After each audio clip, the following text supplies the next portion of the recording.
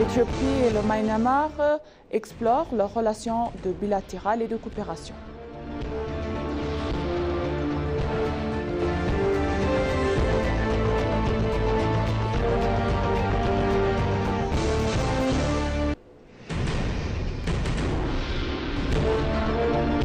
Bienvenue chers téléspectateurs, c'est Moïda Gadamo avec le journal du vendredi 8 août 2025. Restez avec nous. Le président Taye Asselassie a déclaré que les relations bilatérales entre l'Éthiopie et la Chine deviendraient plus efficaces non seulement dans le domaine du commerce, mais aussi par le biais d'une collaboration sur la scène internationale. La 2025 Chinese Medical Volunteers African Charity Mission and International Medical Volunteers Campaign a été lancée à l'hôpital général de la route de la soie à Addis Abeba. Le président Taye Asselassie, la ministre de la Santé, la Dr Makdes Daba, et l'ambassadeur de la Chine en Éthiopie, Cheng He, ont assisté à l'événement. Ils ont été annoncés que divers services chirurgicaux médicaux seraient fournis, notamment la chirurgie cardiaque pédiatrique, la chirurgie de la cataracte, l'optomatique et la gynécologie de la neurochirurgie. En outre, les dépistages oculaires et cardiaques seront effectués d'une école publique et d'une école privée.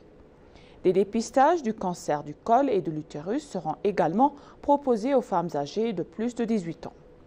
Au cours de l'événement, Taye Asselassie a exprimé sa gratitude pour l'engagement des volontaires chinois. Le président a également exhorté les volontaires à se concentrer sur le transfert de connaissances et des compétences pendant leur séjour. Le président Taye a rappelé que les relations bilatérales entre l'Éthiopie et la Chine deviennent plus productives sur les scènes internationales en plus des liens commerciaux.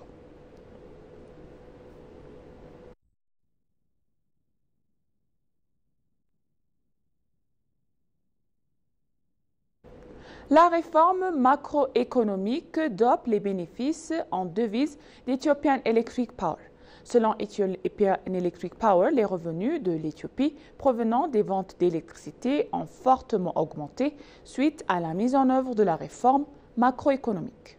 S'adressant aux médias sur les plateformes d'Ethiopian Electric Power au cours de l'exercice fiscal éthiopien clos et sur le plan pour un nouvel exercice, M. Ashebel Balcha, le PDG, l'Ethiopian Electric Power a déclaré qu'Ethiopian Electric Power avait dépassé les provisions pour l'année.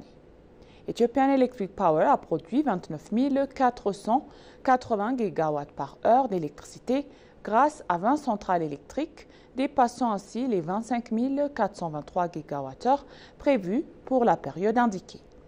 Le grand barrage de la Renaissance éthiopienne et la centrale électrique Gibé 3 ont représenté une part significative de la production totale, générant respectivement 33,2% et 24,2%.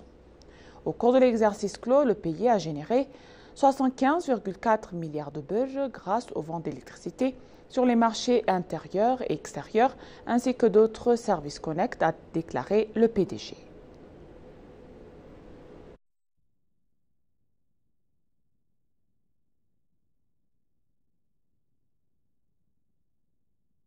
Le Ghana donc décrète un deuil national de 3 jours suite à un accident mortel. Le Ghana a ouvert une quête sur le crash d'un hélicoptère militaire qui a coûté la vie aux 8 personnes à bord, dont les ministres de la Défense et de l'Environnement du pays d'Afrique de l'Ouest et d'autres hauts responsables. Le pays a également décrété 3 jours de deuil national à compter de jeudi et tous les drapeaux doivent être mis en berne pendant cette période. Le ministre de la Défense, M. Edouard Domane Bouama, et le ministre de l'Environnement, Ibrahim Murtala Mohamed, ont été tués, ainsi que Samuel Sarpong, le vice-président du Congrès national démocratique, parti au pouvoir, Minirou Mohamed, haut conseiller de la sécurité nationale, et les 4 membres d'équipage. Minirou Mohamed devrait être enterré le jeudi, selon la tradition musulmane. Les personnes en deuil et se sont rassemblées à la résidence de Bouama, ainsi qu'une siège du parti et le gouvernement ghanéen a qualifié l'accident de tragédie nationale. Les médias d'État ont rapporté que l'appareil était un hélicoptère de Z-9, souvent utilisé dans le transport de l'évacuation médicale.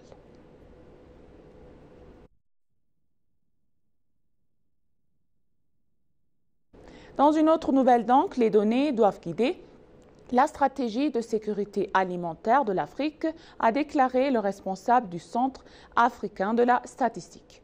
Le pays des Africains ne doivent pas évaluer efficacement la production et la consommation alimentaire ni les besoins réels de leur population sans données précises, a souligné M. Tinfisi Boudo, le responsable du Centre africain de la statistique à la CEA.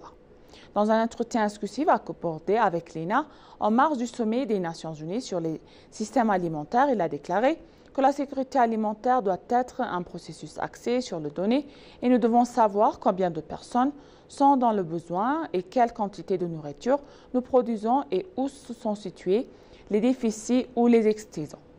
Ces informations doivent provenir des données générées au niveau national. M. Ibundo a souligné que dans ces données précises, les pays africains ne peuvent pas évaluer efficacement les productions et la consommation alimentaire, ni les besoins réels et leur population.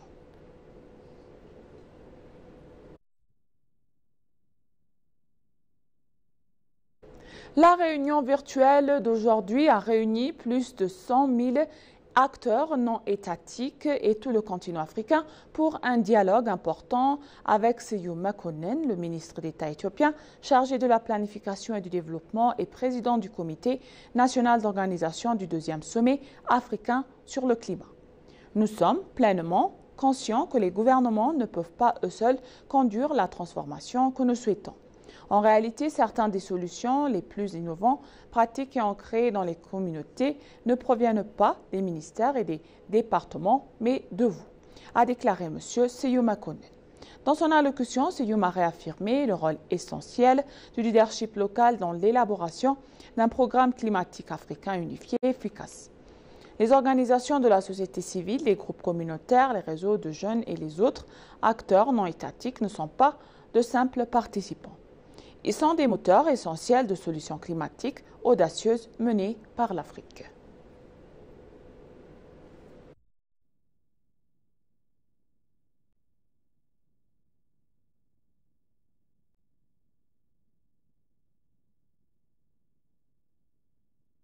Pour conclure le journal donc, l'ambassadeur Adera Berra, ministre d'État aux Affaires étrangères, a reçu Aung Min Aung, l'ambassadeur de Myanmar en Éthiopie, pour une rencontre de courtoisie axée sur le renforcement des relations bilatérales. Les deux parties ont discuté du développement de la coopération économique en matière de commerce et d'investissement, notamment dans les secteurs miniers, agricoles et de l'élevage. Elles ont également souligné l'importance de collaborer pour lutter contre la criminalité transnationale organisée. L'ambassadeur Adera a souligné les efforts de réforme économique de l'Éthiopie et a invité les entreprises Brinan à explorer les opportunités d'investissement dans les secteurs clés. L'ambassadeur Aung Min Aung, pour sa part, a réaffirmé l'engagement de Myanmar à promouvoir la coopération dans les domaines des affaires, des exportations de café et des échanges culturels. Les deux parties ont également souligné l'importance de la collaboration entre les institutions de recherche et de l'engagement multilatéral compte tenu du rôle stratégique de l'Éthiopie en tant que pays hôte de l'Union africaine.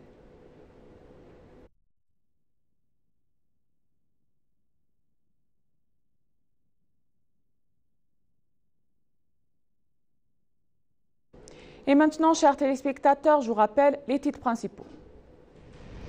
L'Éthiopie et la Chine approfondissent leur partenariat au-delà du commerce selon le président Taï.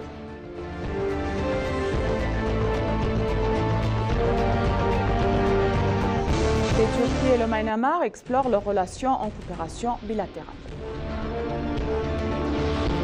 Merci chers téléspectateurs, ainsi s'achève le journal d'aujourd'hui. C'était Moïda Garemo et je vous souhaite une bonne journée.